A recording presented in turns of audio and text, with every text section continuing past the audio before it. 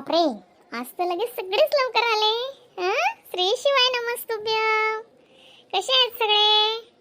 Fathers डेच्या सगळ्यांना शुभकामना. आज फादर्स डे आहे ना? हो आजी, आज फादर्स डे आहे. आज त्याचेच काही महत्त्व सांगा आम्हाला. यस, त्याचंच महत्त्व सांगणार आहे मी. बाप बाप असतो. फादर्स डे म्हटल्यावर इंग्लिश शब्द आहे. पितृडे म्हणू शकता, पण मातृडे असतो तसाच हा एक पितृडे आहे. माय बाप म्हटल्यावर आपण आई वडील, माय बाप, मम्मी पप्पा, आई आबा असे वेगवेगळे शब्द वापर करतो ज्याच्या त्याच्या भाषेनुसार. पण ते काय आहे, आई वडिलांशिवाय आपण जग पाहू शकतो का? दुनियाच पाहू नाही शकत आपण आई वडिलांशिवाय. आई वडिलांचे किती उपकार असतात आपल्यावर. आणि आईचे तर खूपच गाणे आहेत, पण बापांचे काही गाणे ऐकायलाच भेटत नाही. पण म्हणतात ना, जोपर्यंत आहे बाप तोपर्यंत नाही मनाला ताप, म्हणतात ना. ओ आजी, काय मस्त महत्वाचे शब्द सांगतात तुम्ही. अगदी बरोबर. आणि काय लक्षात पण असते तुमच्या. आम्ही लहान होतो ना तेव्हा कविता होती एक. तर ती कविता एवढी अवघड, पण समजायला अगदी एक एक शब्द त्याचे बोधयुक्त. एक एक शब्द आपल्याही बोधकथाच आहेत ना, एक एक शब्दामध्ये असा बोध निघेल तुम्हाला. तर एवढं काही लक्षात नाही आता, खूप काही दिवस झाले आणि दिवसेंदिवस आता तब्येतही साथ देत नाही, म्हणून पण थोडे शब्द आहे लक्षात. मी ते सांगते तुम्हाला. हो सांगा आजी. आता 2-3 असे भाऊ असतात आणि त्यांच्या वाटणीचे असे एक गाणं बनवलंय, म्हणजेच कविता आहे ती. तर त्याच्यावरून काही काही शब्द आहे लक्षात, बाकीचं काय नाही. एवढं मोठी कविता होती, 4-5 कळव्याची. बंगला गाडी गेली वाटणीत मोठ्याला, घराजवळची बाग मिळाली धाकट्याला, सुपीक शेताची जागा दिली छोट्याला, किती माझे भाग्य आई वडील माझ्या वाट्याला, आई वडील माझ्या वाट्याला. बघा, आलं लक्षात तुम्हाला? त्याच्या वाट्याला काहीच नाही आले, पण किती माझे भाग्य म्हणतो, गर्वाने म्हणतो, किती माझे भाग्य, तर आई वडील आले माझ्या वाट्याला. त्याला अभिमान वाटतो. आणि आजकाल तर म्हातारी नकोस. काय काय कलियुग झाले बाबा, कशी काय ऐकवा. अरे 4-4 मुलं असूनही वृद्धाश्रमात आई वडिलांना जावं लागते. काय काय लोक झाले, काय माणुसकी राहिलीये. नको नको बाबा, असे दिवस नको रे दाखवू. आणि बाप म्हटल्यावर बापाची किंमत केव्हा कळते? स्वतः बापाच्या जागेवर उभं राहतो ना माणूस, तेव्हा बापाची किंमत कळते. हे महत्वाचे. आई असते विठाई तर बाप असतो पंढरी. माहिती तुम्हाला? आई असते वेडी माया तर मुलांसाठी मूर्तिकार शिल्पकार असतो बाप. बापने आपल्याला बोट धरून चालवायचं शिकवलेलं असतं. आईने भले 9 महिने ओझे वागिले, तिने आपल्यासाठी खायचे प्यायचे सर्व काही नियम केले, पण बोट धरून चालवायचं मात्र बापाने शिकवलं की नाही? मी तर म्हणते, ज्यांच्या डोक्यावर वडिलांचा हात आहे त्याला कोणाचाही धाक नाहीये. वडील आहेत ना सांभाळणारे. आज वडिलांवरून काही बोलायची इच्छाच होते जास्त.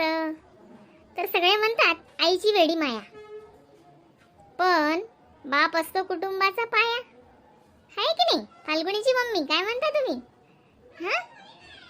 आई असते वेडी माया, पण बाप असतो कुटुंबाचा पाया.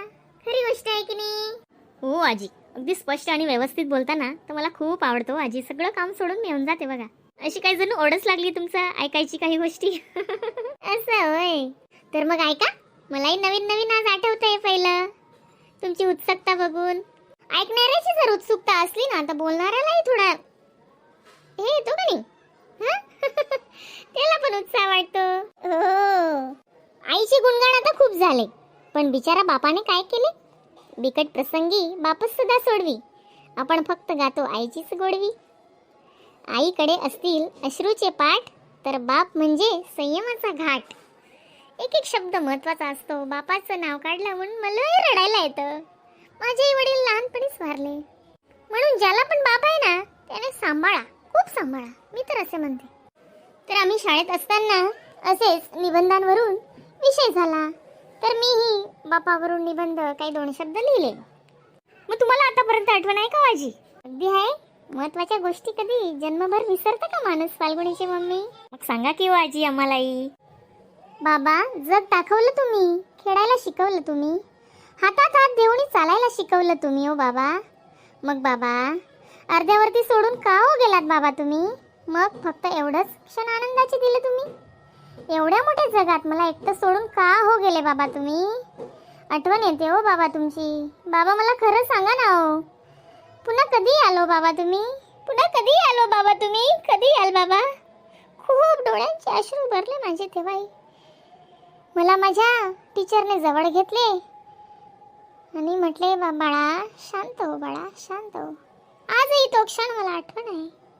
फाल्गुनीची मम्मी, बाप असतो तो बापच असतो. बापाची जागा कोणी घेऊ शकत नाही आणि आईची जागाही कोणी घेऊ शकत नाही.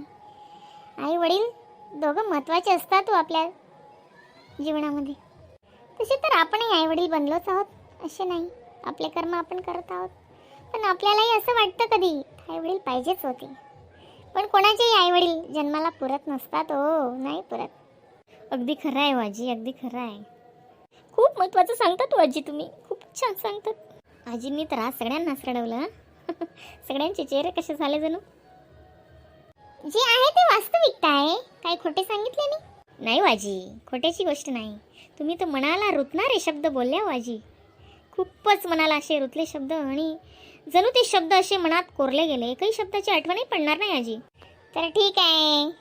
नमस्कार माझ्या बालमित्रांनो. लाईक करा, सबस्क्राईब करा अशा नवीन नवीन गोष्टी ऐकायसाठी. मग तुम्ही लाईक सबस्क्राईब करणार तर नवीन नवीन गोष्टी तुम्हाला पटकन ऐकायला भेटतील.